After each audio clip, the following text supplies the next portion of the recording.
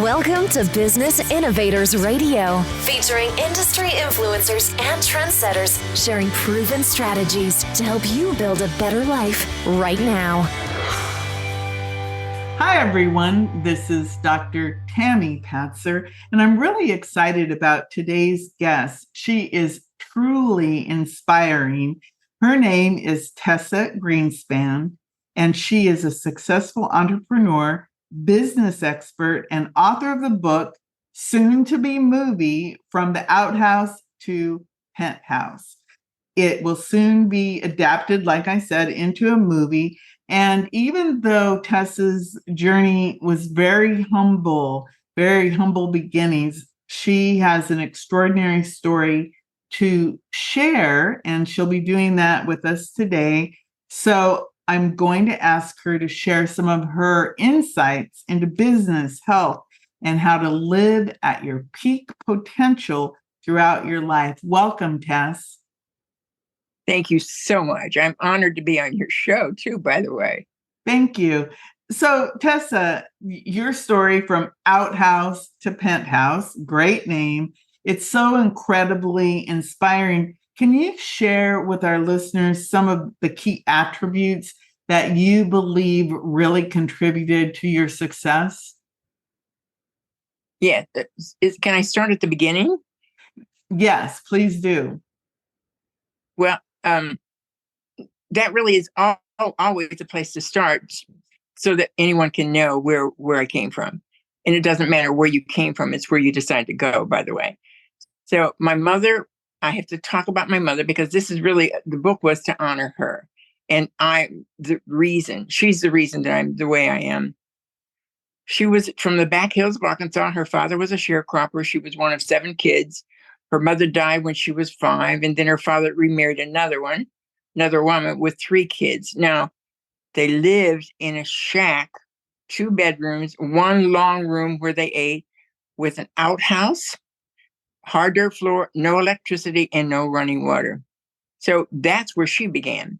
So every year they would go to this picnic area after the crops were in and just meet other neighbors in the area. They only saw them once a year. She met this cute boy at the picnic, and they were walking and talking. It was by woods, and they walked a long way. He pulled her in the woods and raped her. He told her if she told anyone, he would come and kill her family. She was traumatized. She was 14 years old. She was traumatized, so she didn't tell anyone. And her stepmother saw, when she was about 6 months along, that she was pregnant. And she wanted her to have an abortion from this backcountry doctor. And she refused. This was a girl that had nowhere to go, no one to depend on, no one to talk to, but she refused. Well, I am the product of that rape. And I was born in that shack with a hard dirt floor, no electricity, no running water, and an outhouse out back. Now, she married a man that was going into the service. She had another little girl 2.5 years later, and he was in the service. Well, this was in Arkansas. This was the back hills of Arkansas. So when he went in the service, we went to East St. Louis, Illinois, which was a city, and she worked as a waitress. We were visiting my grandparents, my sister and I, in Arkansas. She was 2.5 and I was 4.5. And the father, who I thought was my father, came in. He brought my sister a doll and a pearl necklace and nothing for me. I thought, what's wrong with me? I went into the kitchen and an aunt said to me, honey, don't you worry. That's not your daddy anyway.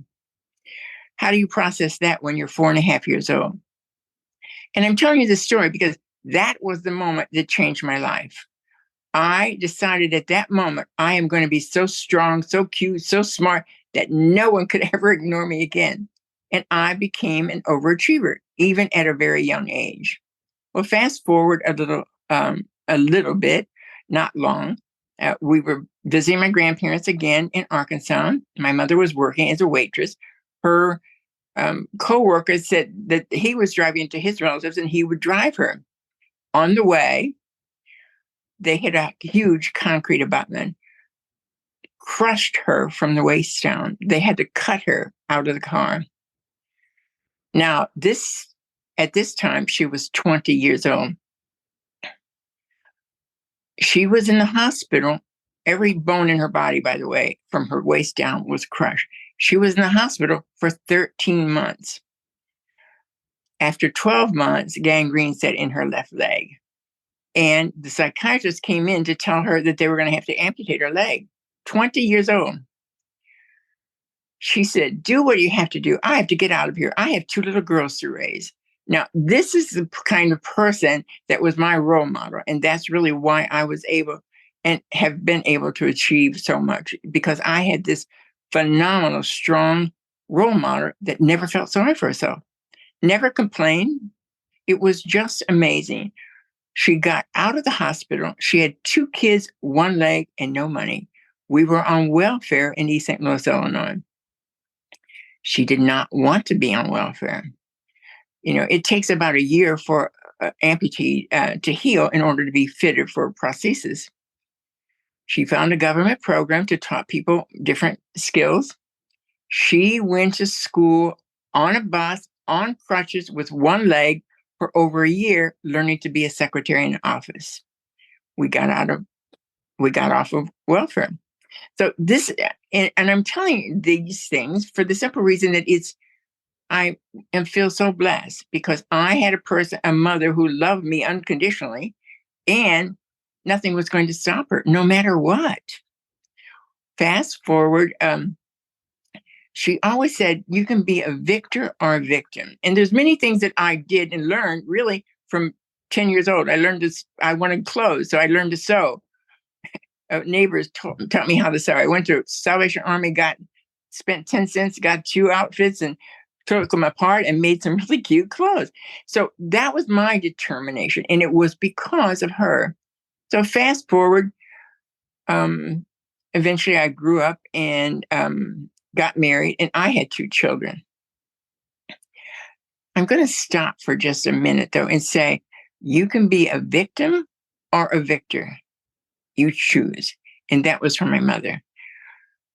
My sister was, poor me, she was a victim. She said, we didn't have or whatever.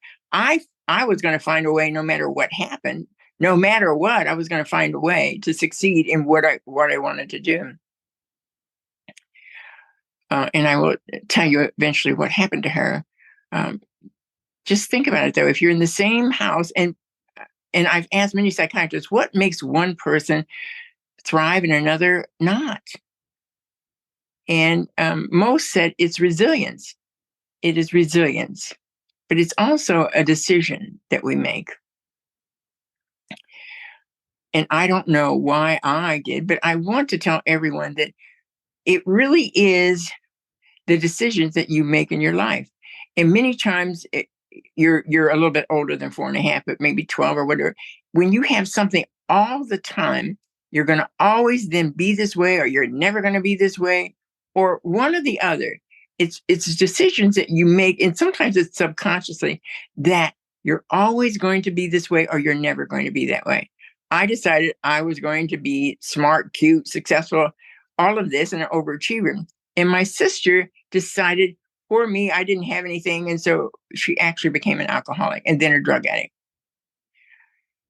It's the choices that we make. And I'm not blaming her. It's really, she saw life differently than I did.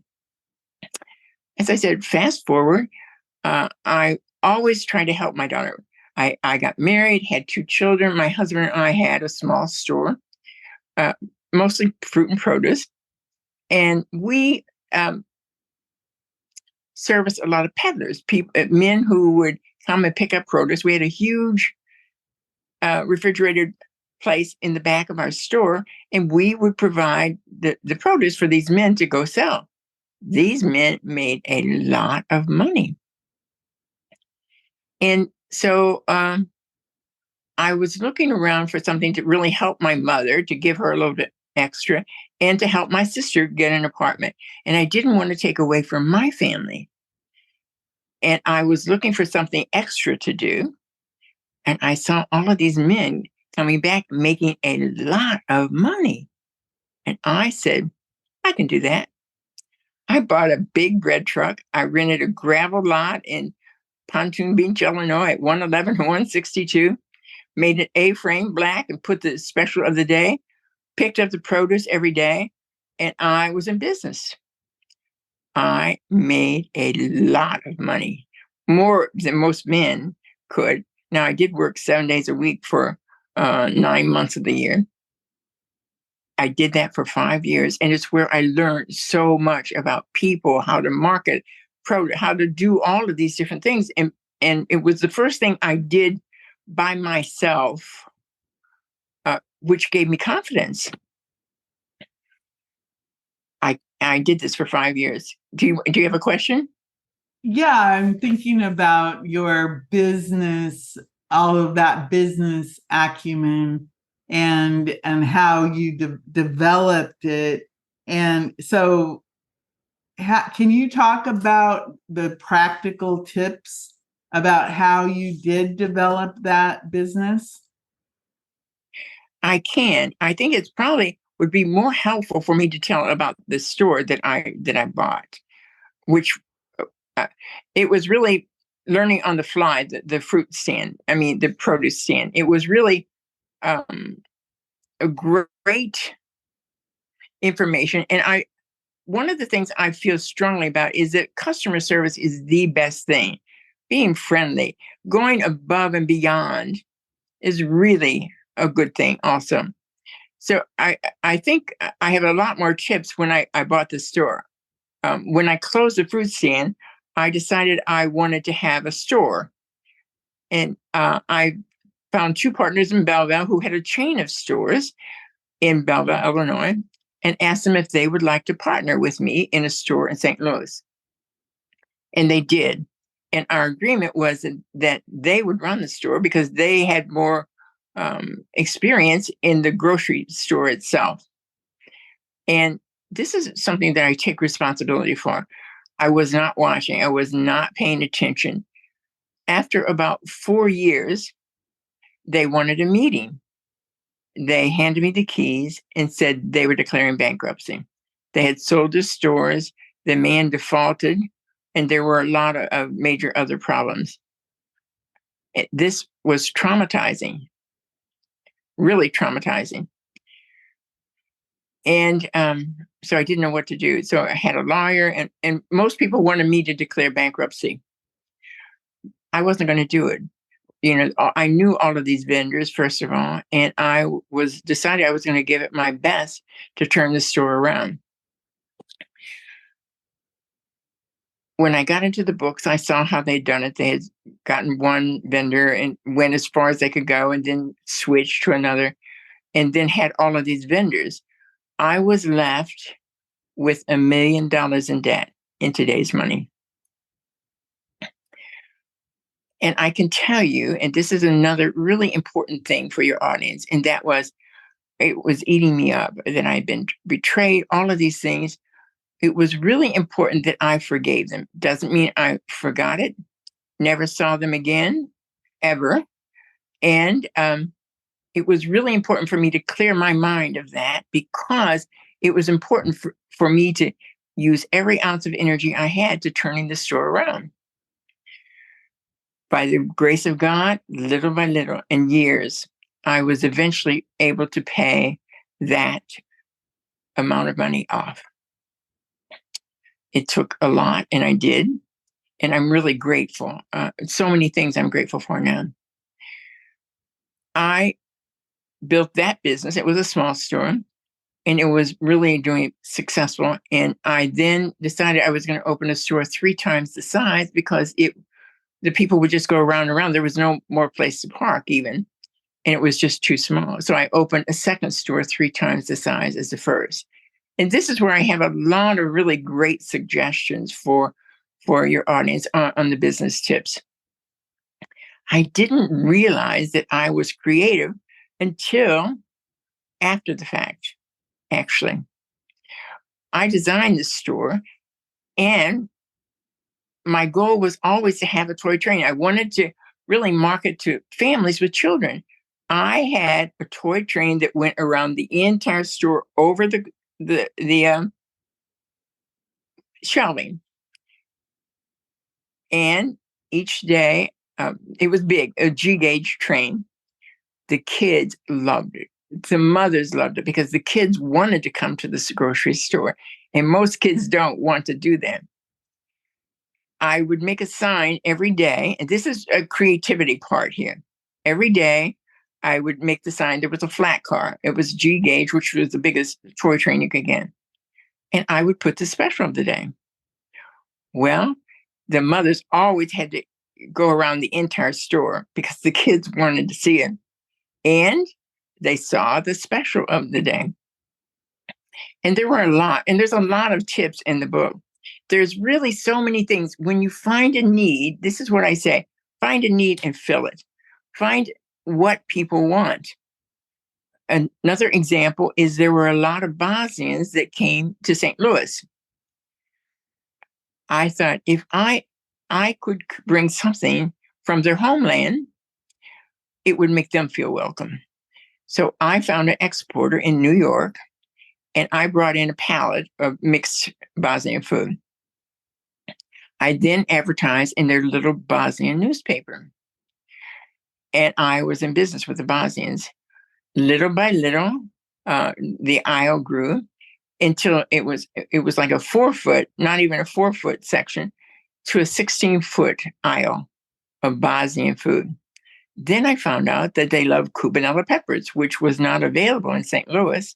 They're like a light green, long pepper that the Bosnians loved.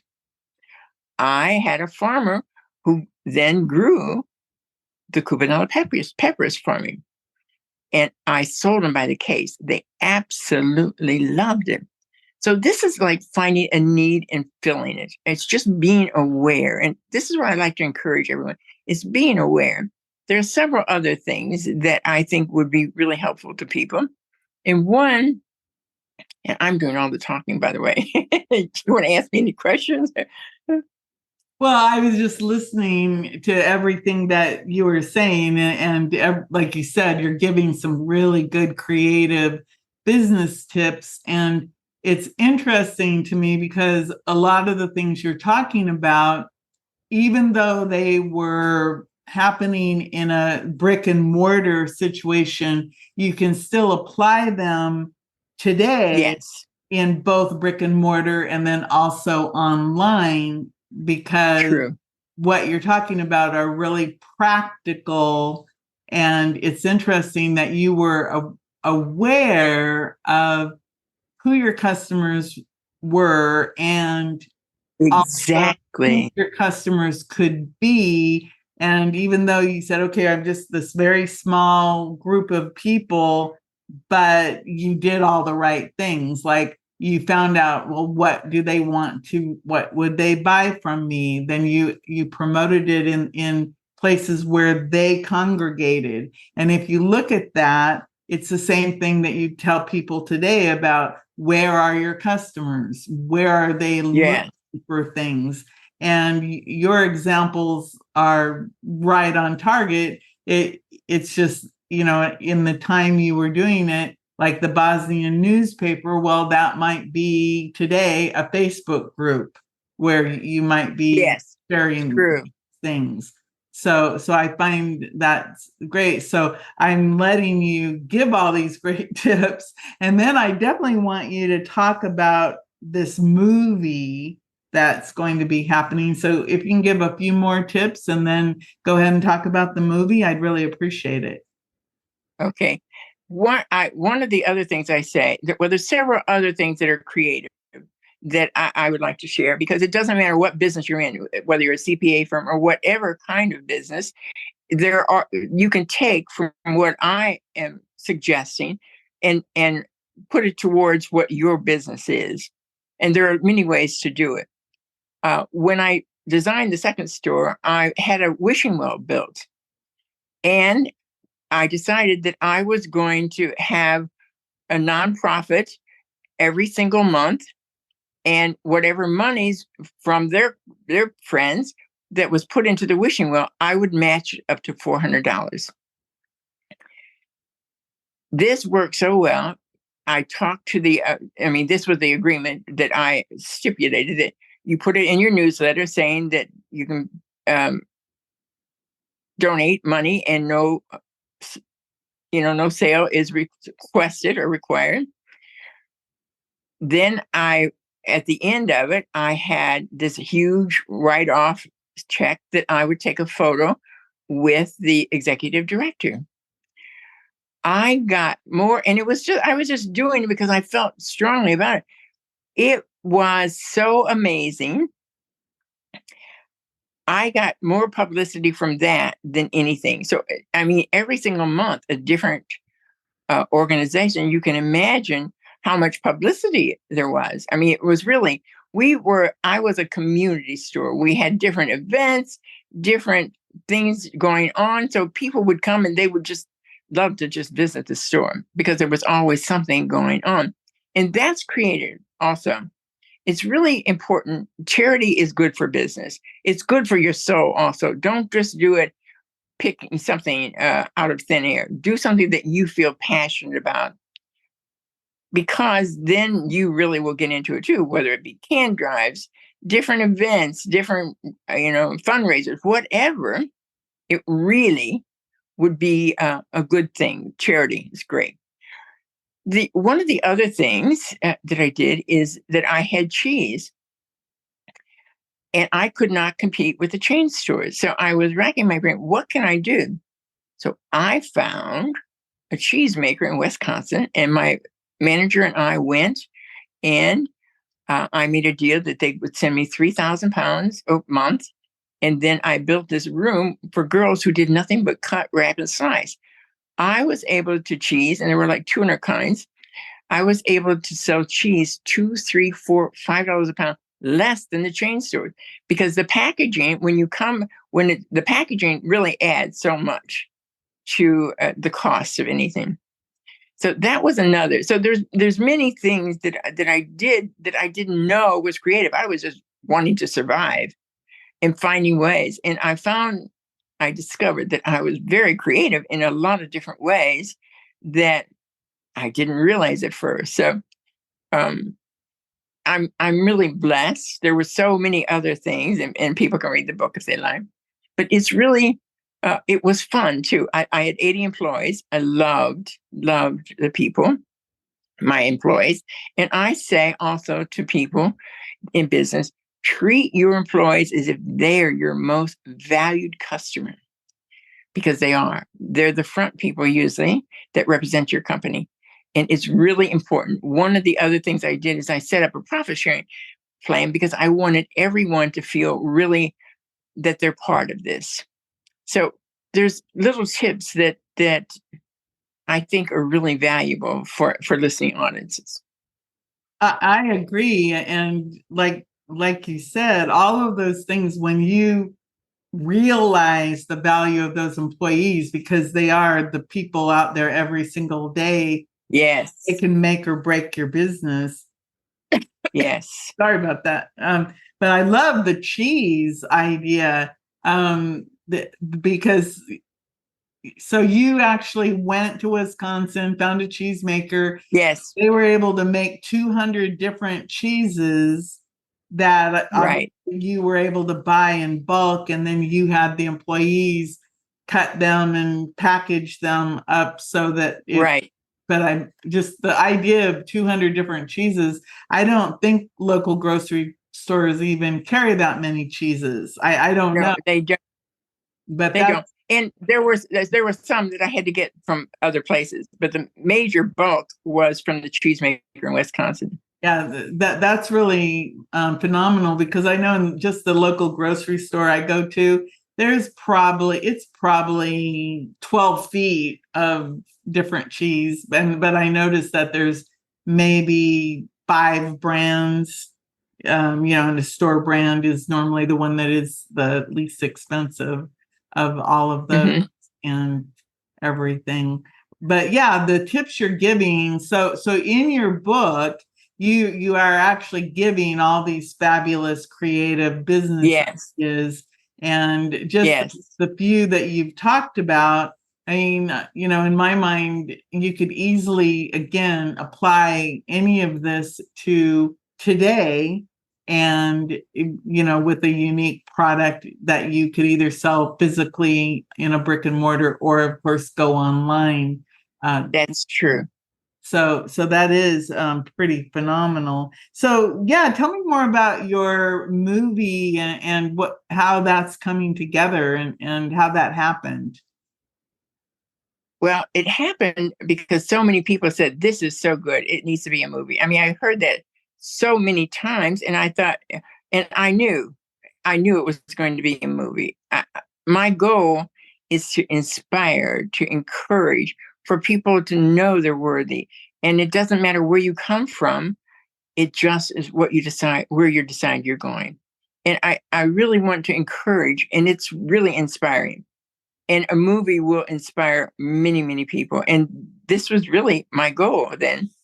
Well, I had a person come to me, and wanted to make it, a producer, and COVID hit, and that really killed everything. And then there was a writer's strike, and then there was a, a actress strike. So there's been a lot of different kinds of things. And then there was another person that wanted it, but wanted to do it, but he wasn't tapped into it.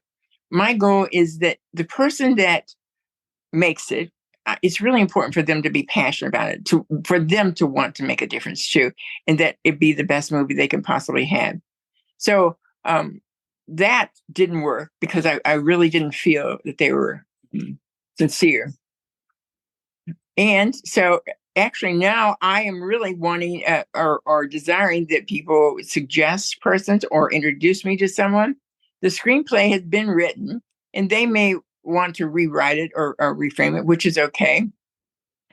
Though I know without any shadow of a doubt, and there's some feelers I would really like, though, introductions, and for people, even for producers, to come to me and read the book and see for themselves. And if they want the screenplay, I can send that to them also. So I know, and visualization and knowing without any shadow of a doubt is really an important thing for everyone to know, to if they want to go into a business, to know, to see this, to see every single thing in their mind of exactly how it's working out. And I know in my mind exactly how it's working out, which is, I know without any shadow of doubt it will. My hand is getting tired from holding this. It's dying. My hand is getting numb. So anyway, I love my life, by the way. Because, for example, Netflix, there's a lot of movie production companies that produce for Netflix, and Netflix is now one of the biggest places where original movies are found, and even on Amazon. But Netflix, it seems to be one of the most popular places, and there's always new movies coming out with that. So if I want to give you an opportunity just to give me some final information here, how can somebody, if they want to reach out to you in any way, what's the best way to do that? Well, there are two ways. One, they can go to my website, which is tessagreenspan.com, and there's places to put. And they can email me. Actually, probably the best one is tessa2525@gmail.com. And they can just put in the subject line, heard you have some advice or whatever, or want advice. By the way, I love business, by the way. Love business. I mentor a lot of people, and I'm developing a branding that I will be mentoring high-end CEOs because they don't have anyone to talk to. And I've been really successful in mentoring a lot of people that have really knocked it out of the park with their business after this. And so I feel that I have a gift of encouraging, inspiring, and knowing quite a bit after many years of trial and error in many areas. So, but Tessa2525 @gmail.com or TessaGreenspan.com, or anyone can go on my Facebook. Love is in the banner. I've started putting the things on Instagram, but I also have a LinkedIn account. So I have a lot of places that people can contact me. Okay, so TessaGreenspan.com or TessaGreenspan2525 @gmail.com. No, just Tessa2525. Just Tessa 2525. Okay, sorry about that. So it's you've just got such a wide variety. Where is your book available? Is it available on Amazon or on Amazon? Yes, Amazon. It's just on Amazon right now. Mm-hmm. Okay, so you can go to Amazon and find Tessa Greenspan's book, From Outhouse to Penthouse. It was amazing though when you were describing what happened to your mother, and that I could actually see all of that in my mind. As if it were a movie. So obviously it does good. lend itself to something visual. And then the like you said, the very fact that your mother said it, you can either be a victim or a victor. And that's exactly true. And I think that people need to think about that, not only in their business life, but in their personal life, because you make choices. You said that. Exactly. The all of the choices you made, and then that creative entrepreneurship of taking that, $1 million in debt to rising up and creating the store with, where you had 80 employees and that people were just clamoring to get there. You mentioned before we started that you're being honored in the St. Louis area. Can you tell me about that? And I'm really grateful. I have a lot of awards. I was the woman grocer of the year nationwide, and I had one store at that time. So I just this month's Small Business Monthly in St. Louis. There are 7 people that have that are in the Hall of Fame. So St. Louis Entrepreneurial Hall of Fame. I'm one of 7 people who are in this Hall of Fame.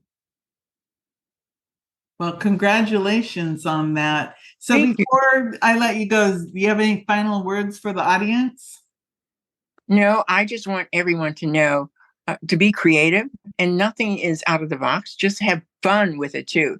If you're not having any fun, you really shouldn't be doing it, because really, life it can be hard. I love life. I am so grateful. Absolutely love life. And my goal is to make a difference in many people's lives. If you've learned something, also, I feel that it's really good to mentor or to coach or do whatever to help those that haven't gotten to that point. So it's really important to help. Have you had a kind of shone? Pass it on.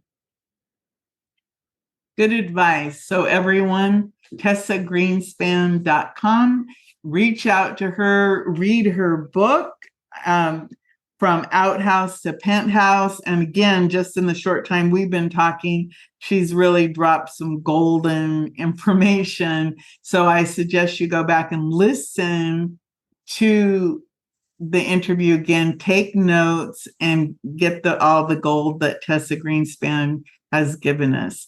Go make it a great day.